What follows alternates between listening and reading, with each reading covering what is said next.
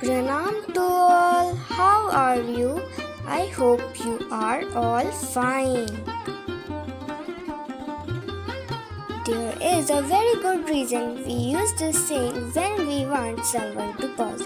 Take a moment and look at the brighter side of things. Roses have health benefits that can play a very integral role in this process. For thousands of years, Ayurvedic healers have been using the rose plants in herbal remedies, teas, oils, and skincare formulas. It can be used as dried, preserved, juiced, distilled, or as powder or tincture. Anyways, also, if you are rose lovers, we can agree that we only plant rose for its beauty. But sometimes we do face a problem while planting these rose plants.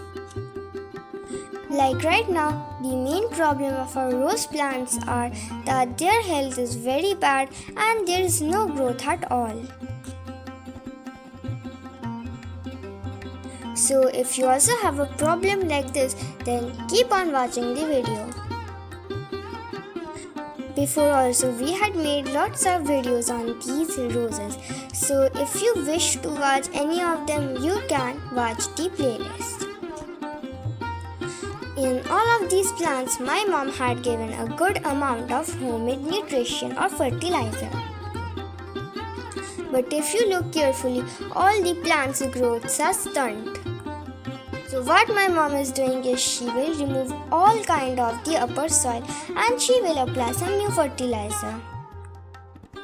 I'll give you some recommendations of fertilizers, so if you wish you can use any of them. First is tea leaves. Tea leaves actually improve soil texture and helps the roots. But make sure to wash your tea leaves thoroughly so that there is no kind of milk or sugar remains on the tea leaves. Second is crushed eggshells. These eggshells have great calcium boost, speeds up the overall growth of the plant and promotes bigger blooms. Next is banana peel fertilizer. These fertilizers have a great amount of potassium which helps in blooming. Next is apple cider vinegar. If you don't know, rose plant is an acid-loving plant, so it will help to maintain the pH level. Next is fish bones. These have all kinds of micronutrients. Just a few days ago, it was raining. Do you see the fungal growth? You can also use any kind of vegetable cooking water.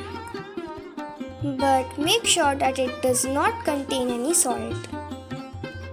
Till now, my mom has removed all topsoils of all the plants. Now she will do some pruning. Look, these plants' tips are all brown. This is a very main cause of overwatering. So be sure that the drainage hole is proper. Next homemade fertilizer is coffee grounds. This speeds up the overall plant's growth. And by any chance, if you have an aquarium in your home, then you can also give the aquarium water. This aids in flower production and encourages growth. By this time, my mom has done all the pruning. Right now, my mom is using nothing else but neem leaf powder. This acts as an insecticide, fungicide as well as a good fertilizer for plant. Now my mom will give another type of fertilizer. This fertilizer is also homemade.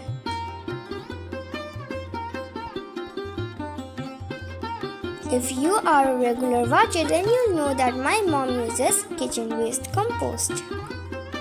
And this will fulfill all the micro and macronutrients of the plant.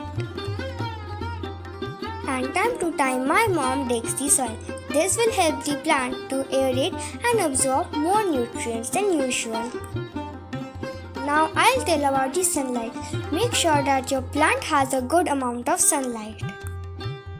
And make sure to give your plant deep irrigation for watering. After my mom prunes the plant, my mom applies a very special paste that will help the plant to prevent any kind of fungal attack.